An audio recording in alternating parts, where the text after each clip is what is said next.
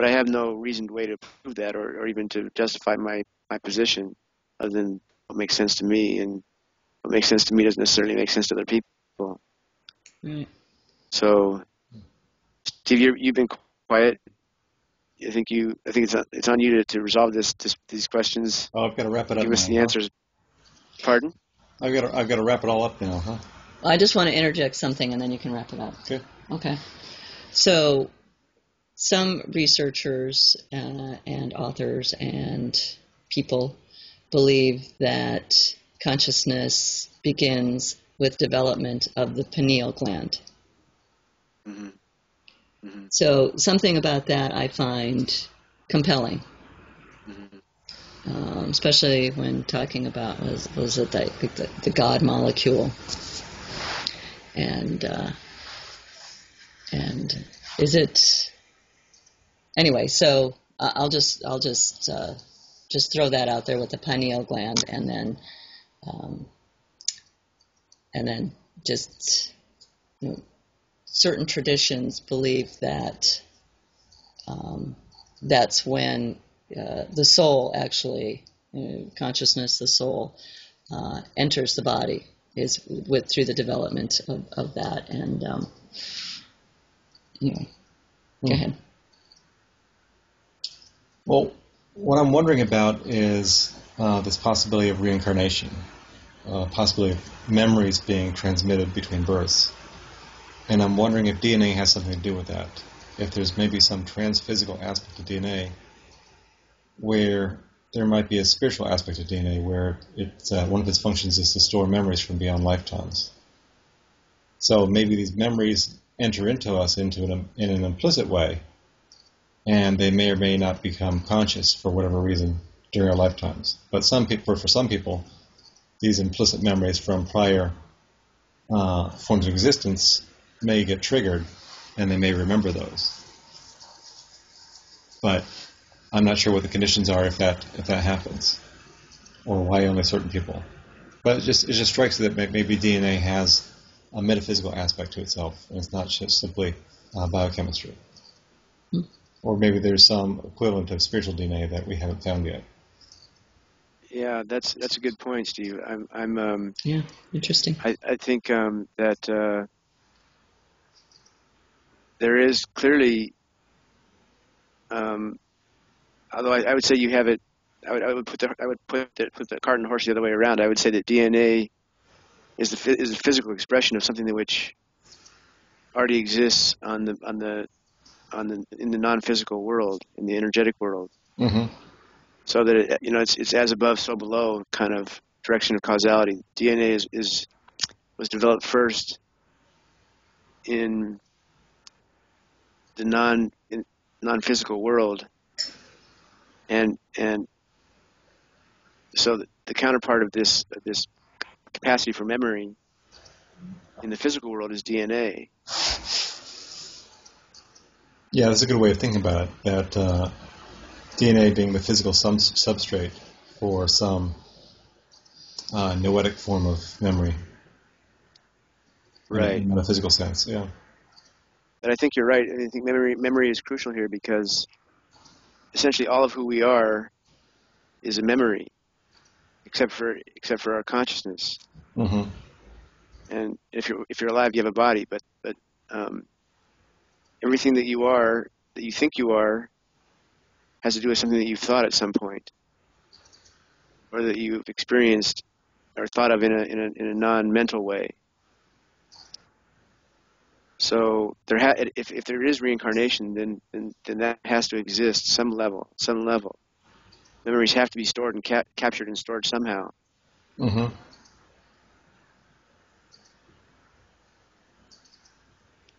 So there must be some noetic form for memory where memories are recorded, similar to the Akashic records, maybe some kind of patterning. Right. In the Akashic records. Right. And these memories may not be, confined or associated to a single individual.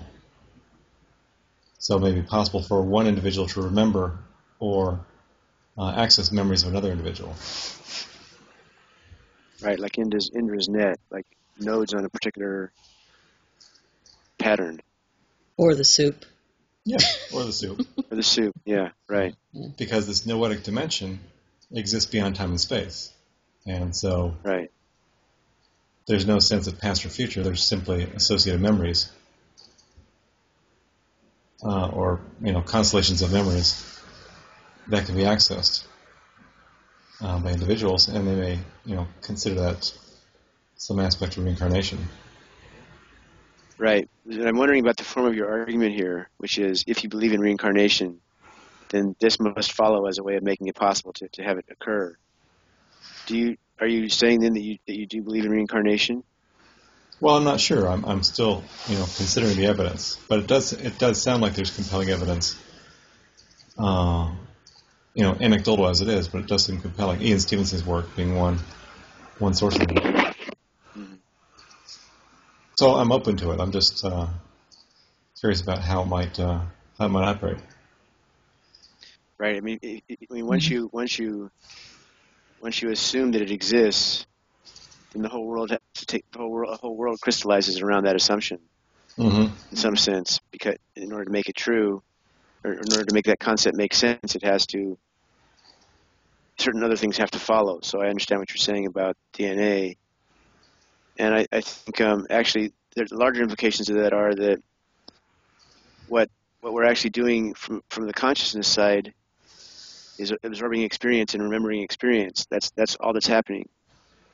Every single moment, we're a new experience comes in, and we remember it, and we do, and we take it, and we somehow we have a mental apparatus or some kind of apparatus which allows us to put those memories into a certain shape or form, and that apparatus is a self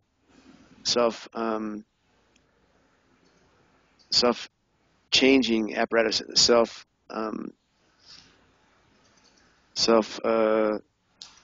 operating apparatus. It operates on itself. It's capable of self modification. In other words, so we are what all creatures are is a way of creating experience, and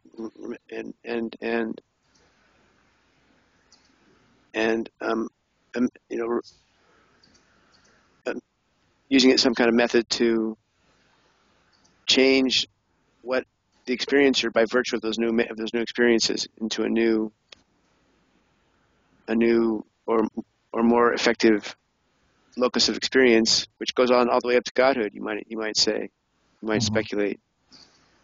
We're all here to have each of our individual consciousnesses developed into self-modify themselves to the point where they can not modify themselves any further, and that would be the end of time, the apotheosis of all that is, the reunification of the sparks, as it is called in Kabbalah. Mm-hmm. That's actually that was a bit of an extension that probably went a little too far with that. Well, it looked like you were having fun. Yeah. I appreciate you listening to me patiently and not jumping in with all the obvious holes in my speculations. Hey, we're exploring here, right? We are. Yeah. Okay, so shall we wrap it up for tonight? We're almost Let's at wrap 10 it up. minutes. Wrap it up. 10 minutes for this segment. So, anything else you want to say? To be continued next week. To be continued. Do we want to talk about what we want to talk about next week, or just leave it open, or anything you want to bring forward from this discussion to next week? Why don't we say that all the answers will be revealed next week? Maybe. Maybe. Stay tuned. You have to watch to be sure. Yeah, all right. Stay tuned. Okay. Signing off. All right. Signing off.